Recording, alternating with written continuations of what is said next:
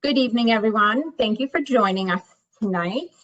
My name is Donna Feldman. I'm the Assistant Director of Alumni Relations at Marist. I'm also a graduate of the class of 2015.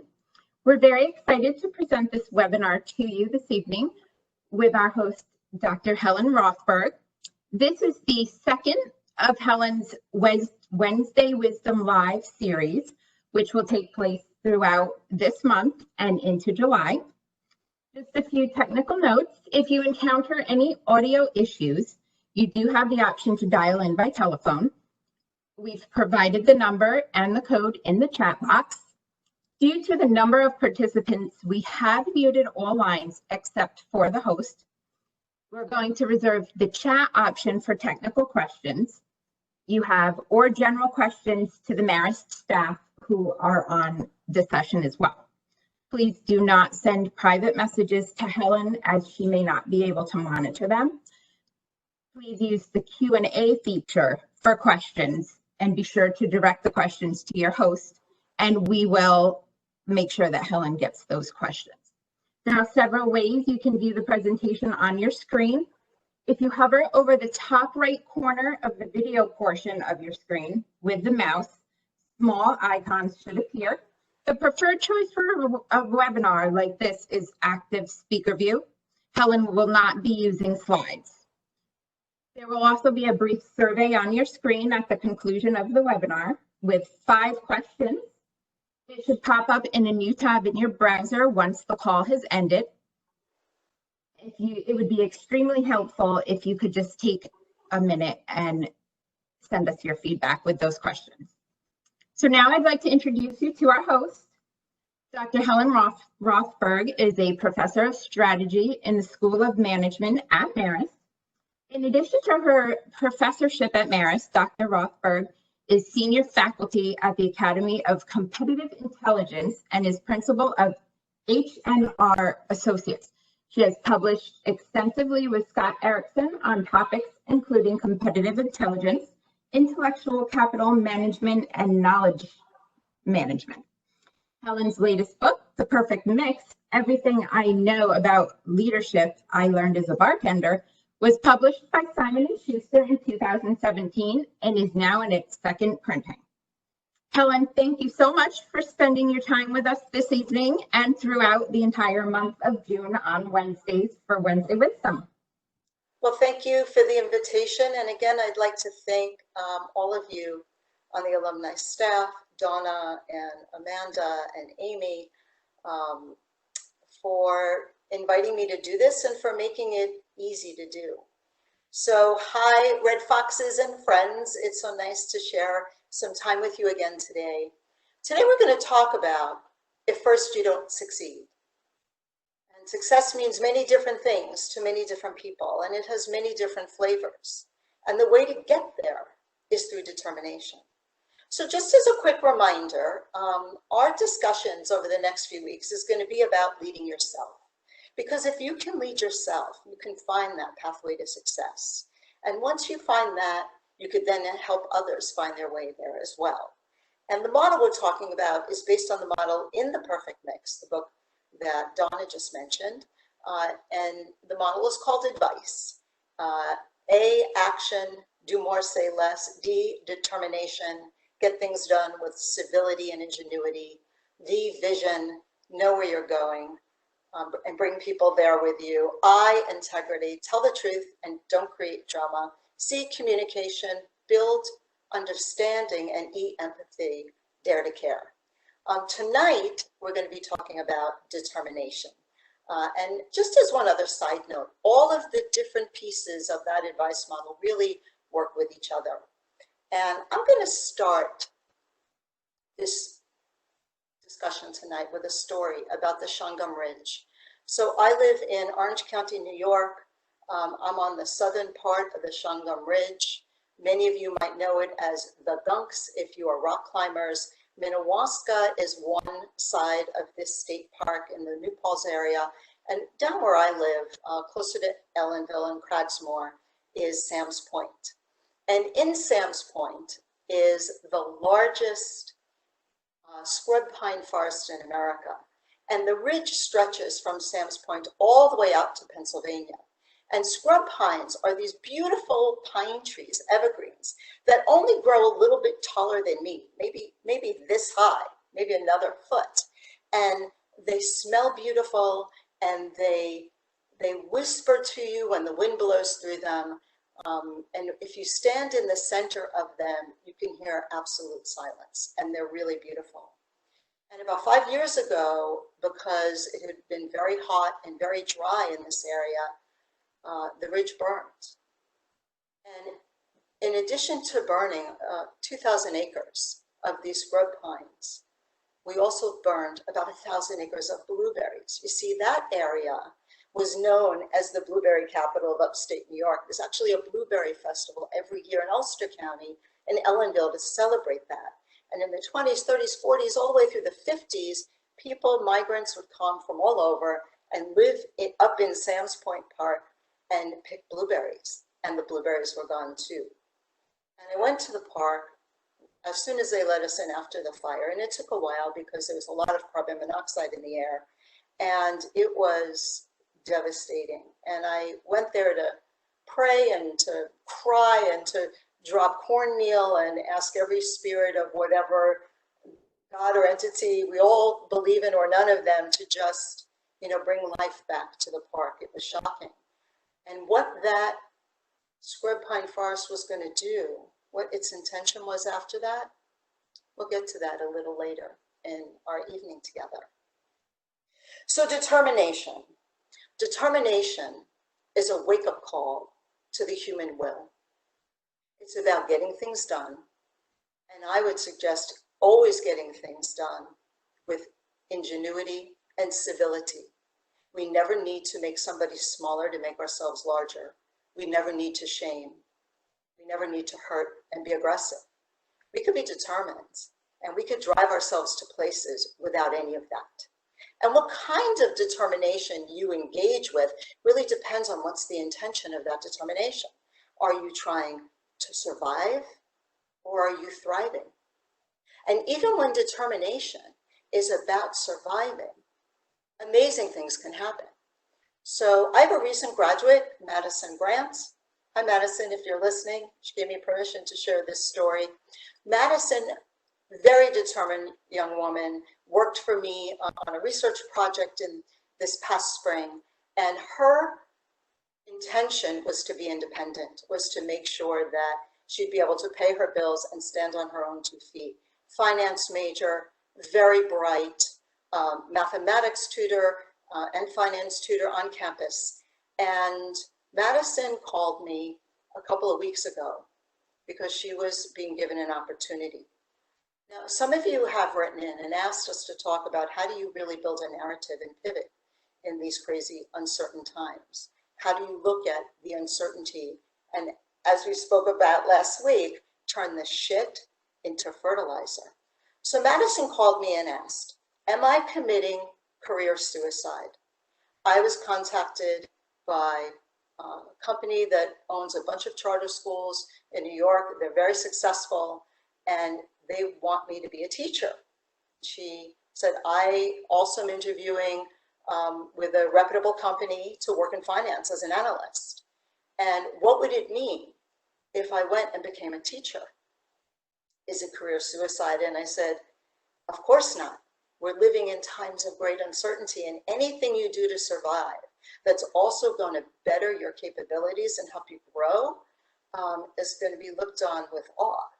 No one's going to hold that against you. And I said, but why teaching? And she shared with me that she always had thought about maybe once her career was in full swing, she'd become an adjunct. She likes discipline. She likes learning. When she worked with me, she loved research. She loved writing. She loved doing all of that. So Madison went forward with this opportunity, and Madison is going to be a middle school math teacher come the fall. She was determined to make sure that she was going to be okay. And an opportunity presented, and she pivoted. She pivoted into it because here it was. We plan, and God or the universe lets. And who knows whether Madison will really like it or not. Who knows if she'll remain a teacher? Who knows if she'll leave in a year? But whatever it is, it's another set of experience and skills. And it was all attached to being determined to make sure she could take care of herself. So sometimes determination is about surviving. Sometimes determination is about thriving. Now, determination comes in different flavors. It could be proactive, it could be reactive, or radioactive. Let's talk about determination when you're looking to thrive and when you want to be proactive. And I'd like to share a story here about one of our alumni. This man was my advisee for 6 semesters. His name is Terrence Fidei. And here's the conversation that Terrence Fidei and I had 5 or 6 times while he would meet with me in my office. Terrence, we need to schedule an internship in marketing because that's what your emphasis is, and you're going to need to know what you're going to do and have the requisite skills when you graduate Marist. And Terrence would look me right in the eye and say, "Thank you very much, Dr. Rothberg. I don't need to do that. I'm going to the NFL." And I would say, "Terrence, nobody from Marist College goes to the NFL. You need to make sure that you're developing your skill set so you can get a job." And this went on and on and on, semester after semester after semester. In his senior year, I actually tried to get him to realize that maybe he should do an internship, during the semester. And again, Terrence said, "I don't need that. I'm going to the NFL." In the summers, "I don't need it, Dr. Rothberg. I'm going to be going to camp for an NFL team, or I'm going to try to be a walk-on." And he just had his focus straight ahead. He was being very proactive and doing everything he felt he needed to do. And I think he was the class of 2013. The best email I've ever written to someone was, "Dear Terrence, I'm so glad I was so wrong. Congratulations for being drafted by the Miami Dolphins." And Terrence played with the Dolphins, and he played with Buffalo and then moved to the Giants.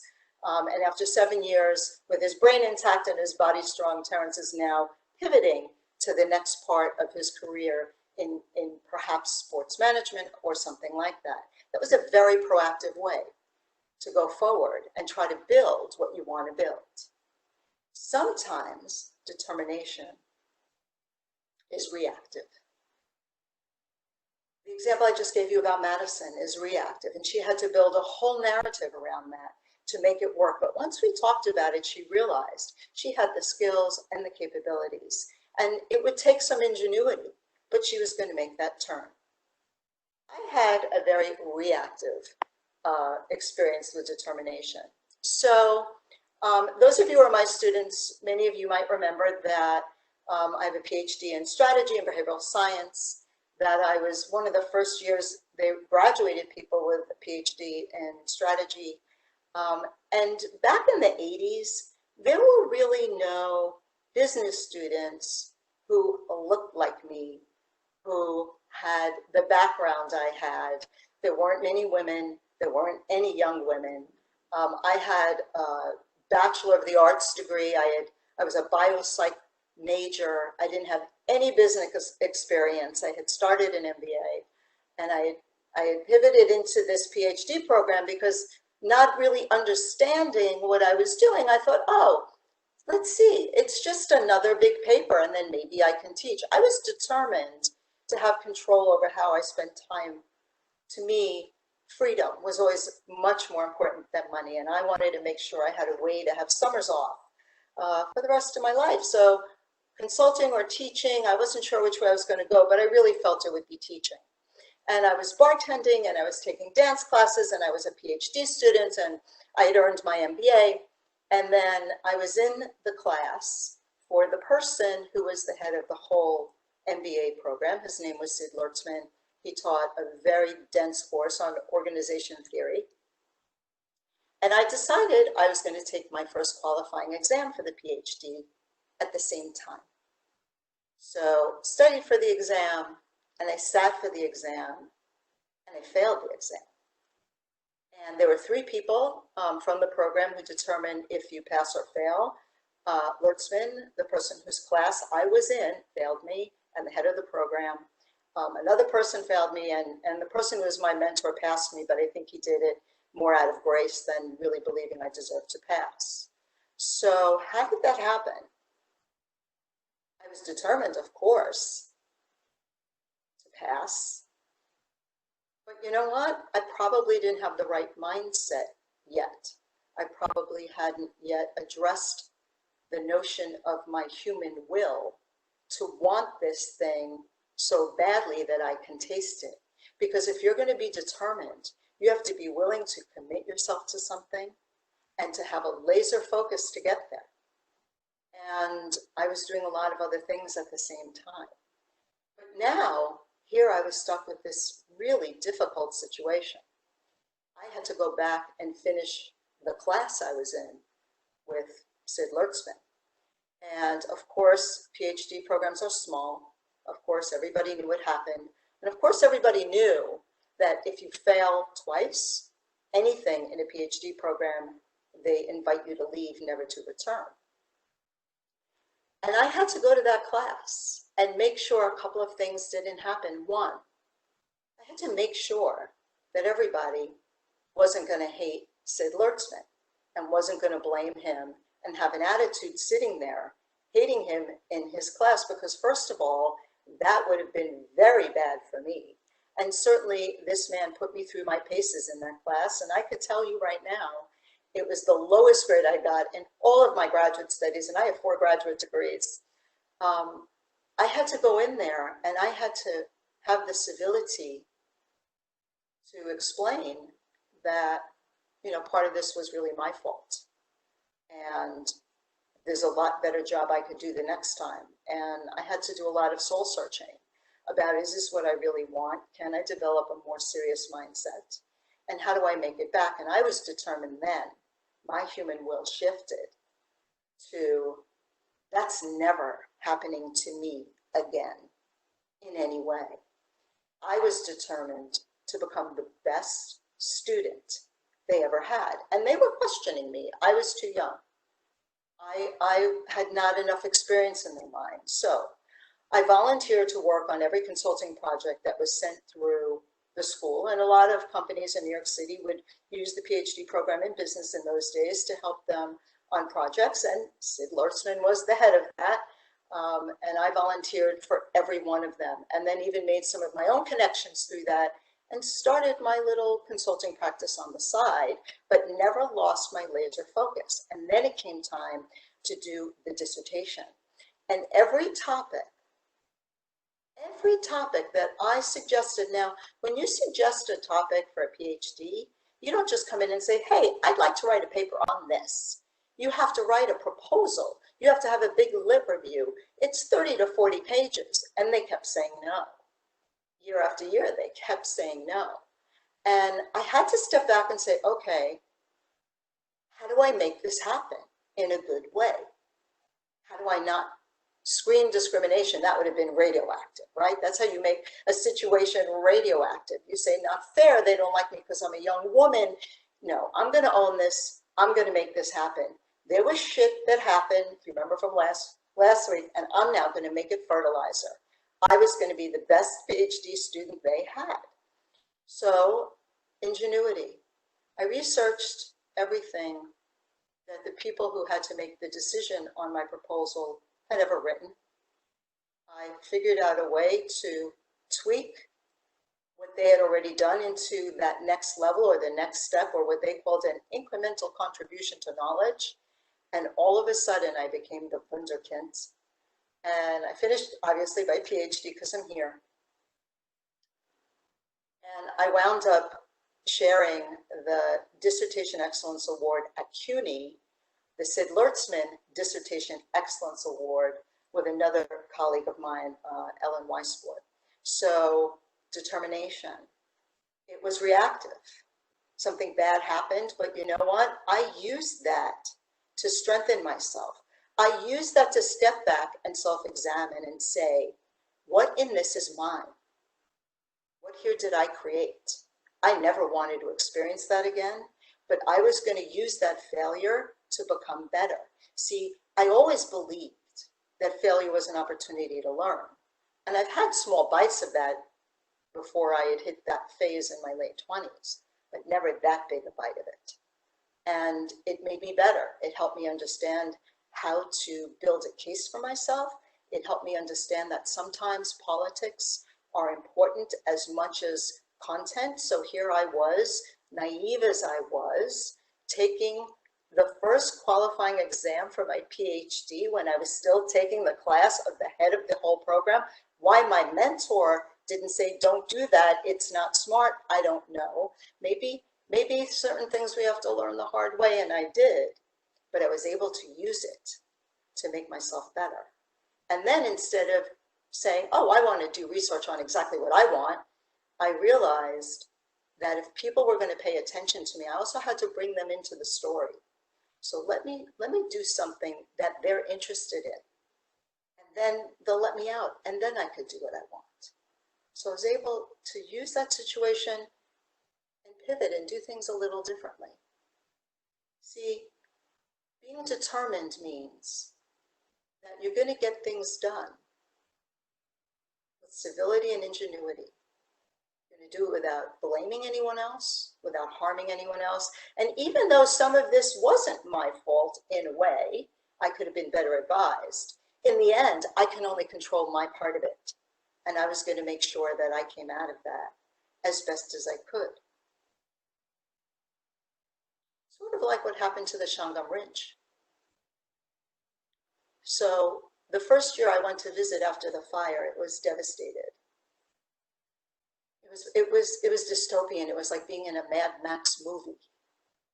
The year after that, some of the burnt out trees, I mean, the whole trunk is burnt and gnarled and looks dead. And at the top is a plume of green. This tree, this forest, was determined to make it.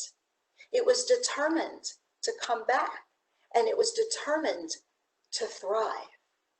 And whether we burn down or we thrive really depends on us. So I'd like to share a poem with you tonight by a poet laureate, Mary Oliver, no longer with us, but brilliant poet. And the poem is called Hurricane. It didn't behave like anything you had ever imagined. The wind tore at the trees. The rain fell for days, slant and hard. The back of the hand to everything. I watched the trees bow and their leaves fall and crawl back into the earth, as though that was that. This was one hurricane I lived through. The other one was of a different sort and lasted longer. Then I felt my own leaves giving up and falling, the back of the hand to everything. But listen now to what happened to the actual trees. Toward the end of that summer, they pushed new leaves from their stubbed limbs. It was the wrong season, yes, but they couldn't stop. They looked like telephone poles and didn't care. And after the leaves came blossoms. For some things, there are no wrong seasons, which is what I dream of for me, which is what I hope for all of you. As we come out of these uncertain times, as we begin to have our leaves bloom, we can also create our blossoms. We can build the narrative of what we want to take from this experience and fertilize it and have the determination, the civility, and the ingenuity to go forward in a very different way and build a future that we want for ourselves. How to actually do that, I'm going to speak a little bit more about next week when we talk about vision, the name of that episode called The Bird's Eye. So let me tell you what happened to the blueberries. The blueberry bushes came back. They're really tiny. The blueberries are really small, and they are the sweetest, tastiest blueberries I've ever had. Like an overnight success. Take some blueberries, drop it into your glass, if you're building an overnight success. Mash them up a little bit, either with a pestle, or you could even use a spoon like I am, because what will happen is they will begin to absorb the rest of the ingredients and become sweeter and sweeter. What I learned was the fire actually was very good for the blueberries. That all of that nitrogen that went into the soil and burnt them to the ground actually nourished it so they could come back better, sweeter. It will take time. It really doesn't happen overnight. You know, my brother Russell, who helped me build the overnight success and named this episode, thank you, Russell, is a really brilliant writer, and he's been a brilliant executive in the Hollywood world. And he had a very interesting discussion one night with a philosopher named Mickey Rothberg, our dad, who said, yep, people look at you and don't realize it took you 25 years to become an overnight success.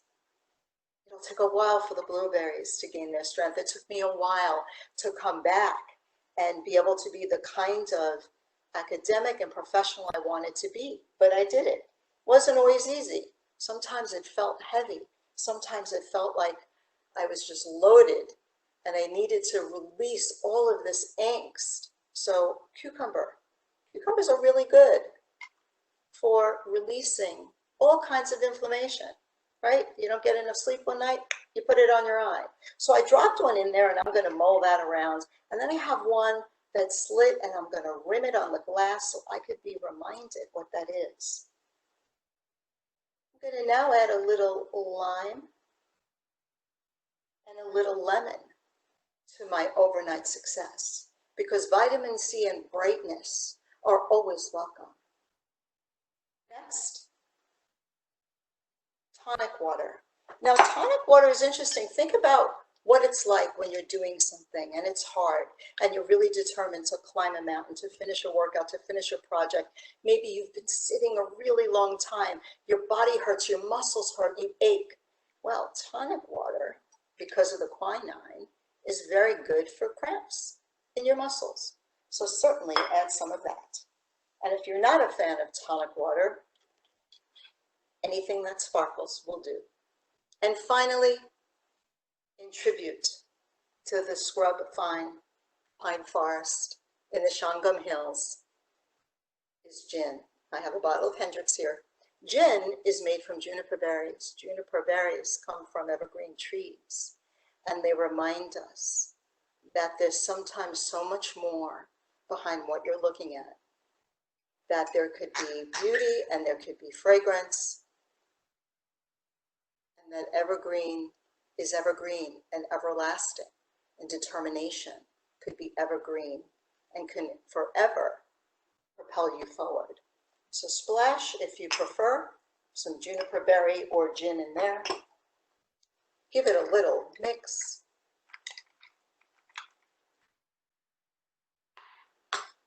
And to my friends, cheers to the human will, to determination, and to the fortitude to become your own overnight success. Thank you. That's pretty good. If any of you have any questions, I believe that Donna can field them and forward them to me at this time.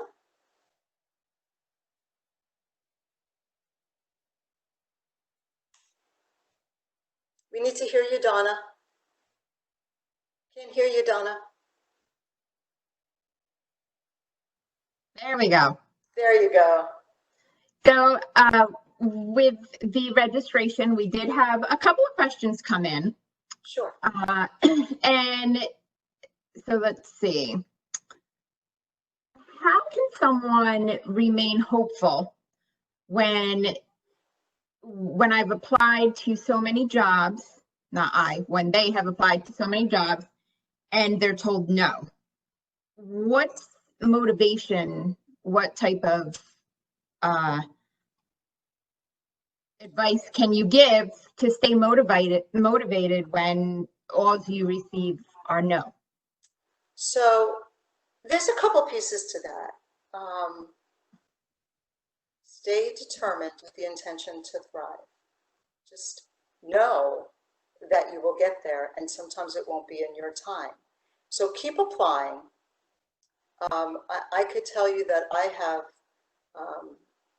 buckets of no's when you try to publish. No becomes the thing you know the most. But there's also some things you can do. Maybe go back and look at your resume. Yeah. Maybe you need to think about whether you want to reposition yourself somehow. Maybe you should look at what you're offering up in your resume and ask, does this really show what I value? Is this really what I want to go after?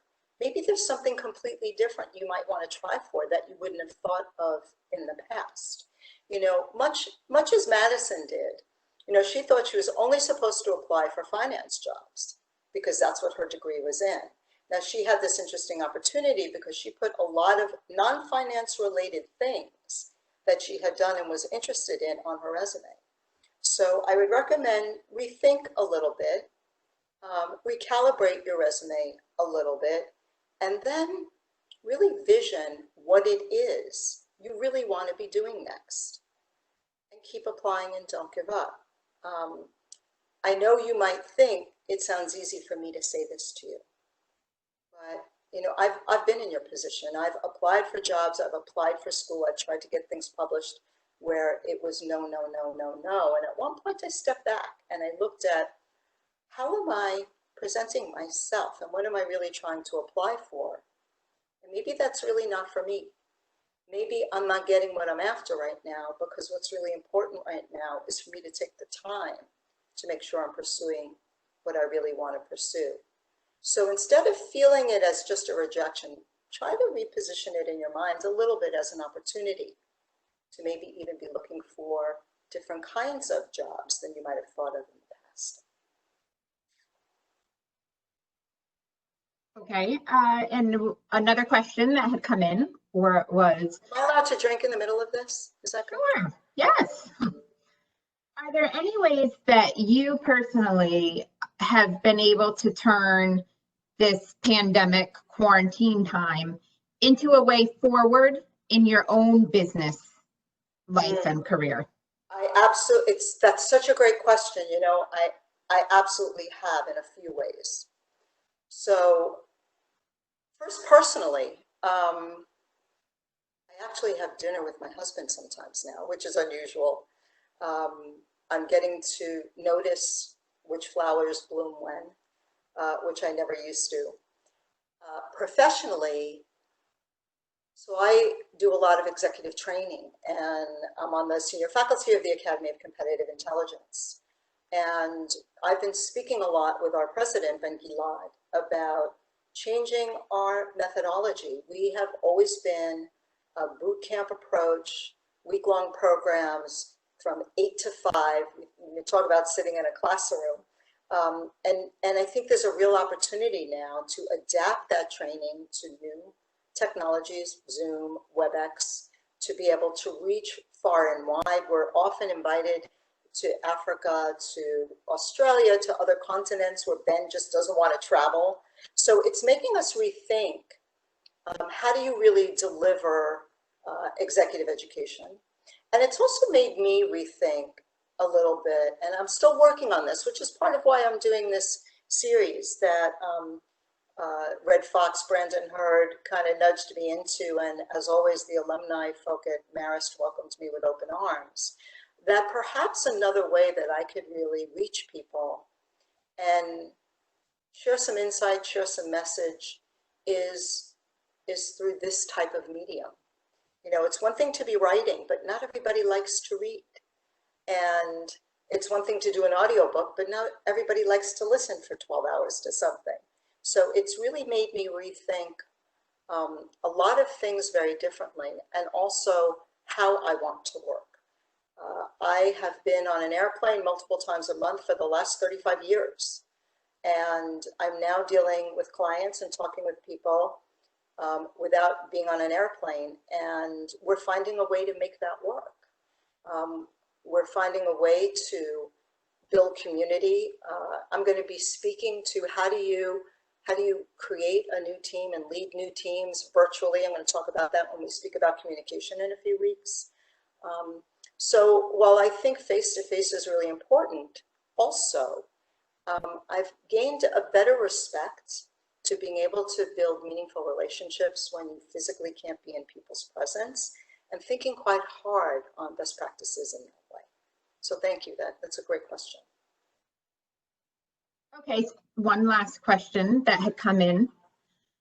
So when programs funded by the federal government, such as unemployment stimulus, when they run out or expire, the average worker will not only intellectually understand the extent of the damage that he or she may start to experience in daily life. As business leaders, how do we prevent the panic that might send the economy into a tailspin? I have a couple of thoughts. I've been thinking about that quite a bit, so thank you for that question. The first thing I've been thinking about is I really do feel there'll be a better rebound than the experts are expecting.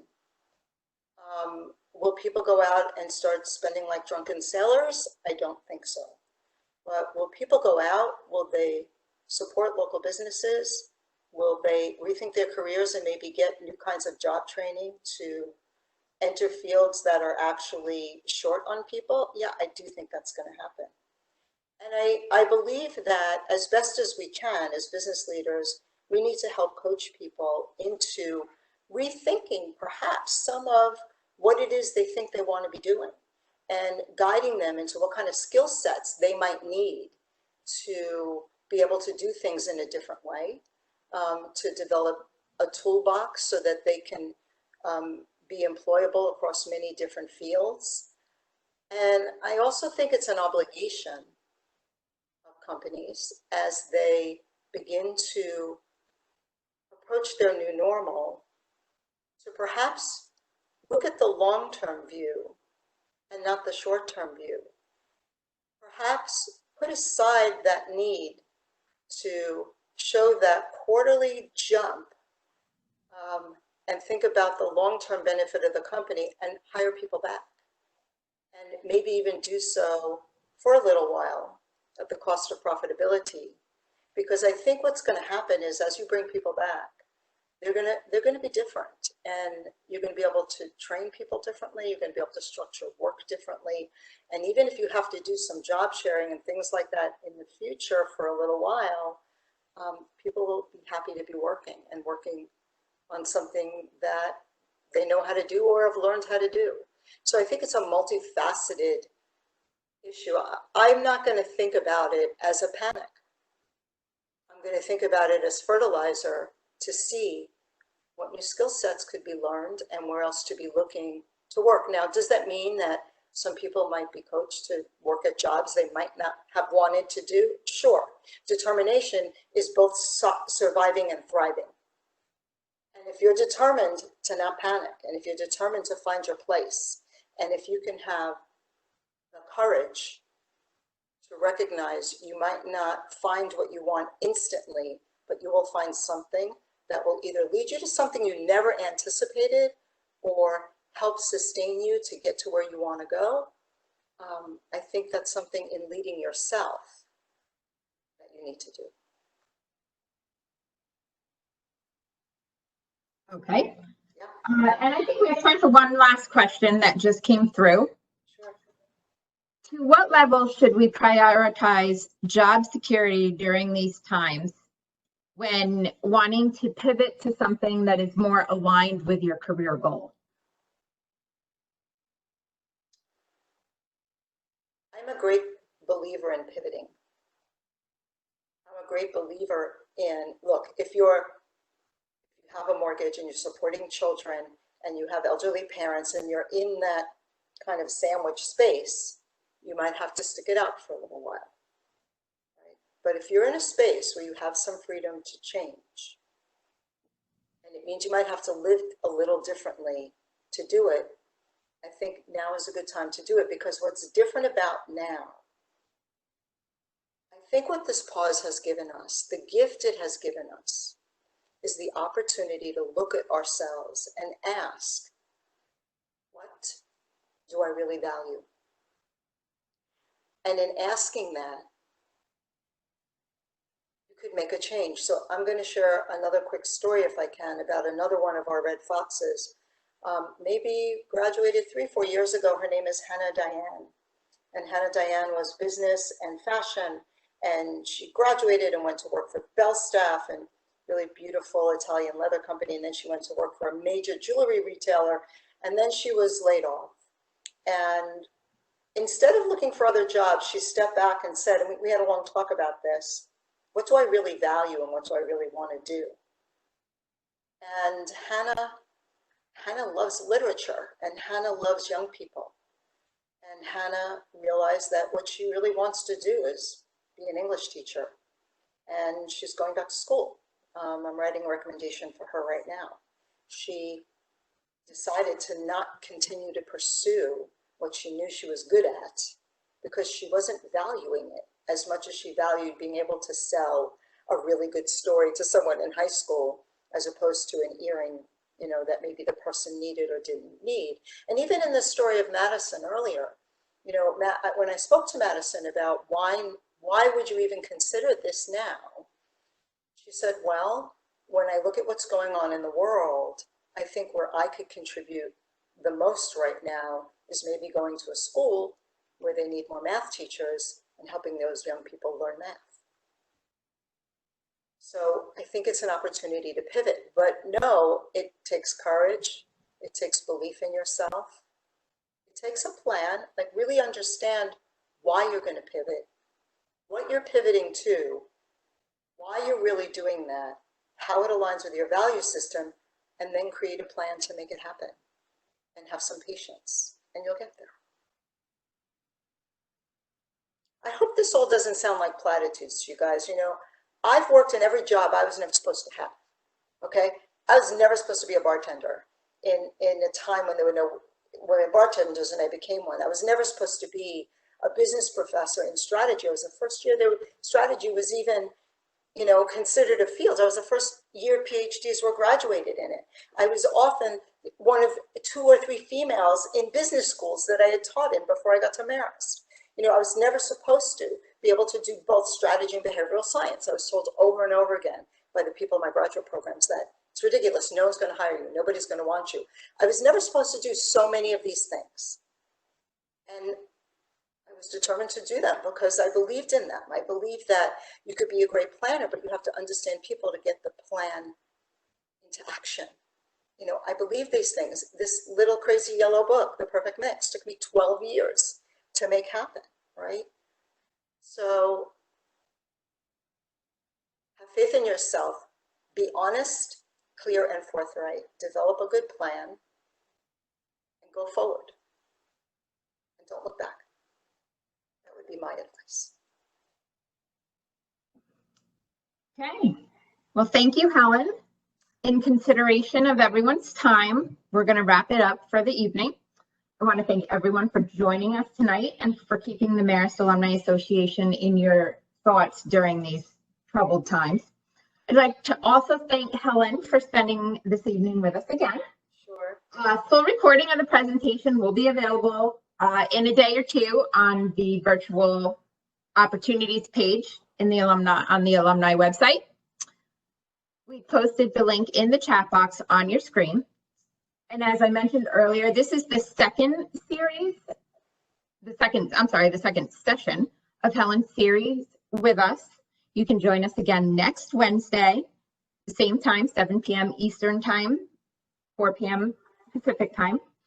And we hope you can join us for the bird's eye view. In the meantime, you can also connect with Helen on LinkedIn, and she will be able to provide you with any other career advice or questions you might have. And there's also information in addition on our website. She has information about next week's session on her LinkedIn page. Absolutely. Once a red fox, always a red fox. And registration is open for next week, so please feel free to register now. And as Helen mentioned, the topic will be the bird's eye view. So thanks again, everyone, and thank you to Helen. And everyone have a wonderful evening. Take care. Well, see you next week.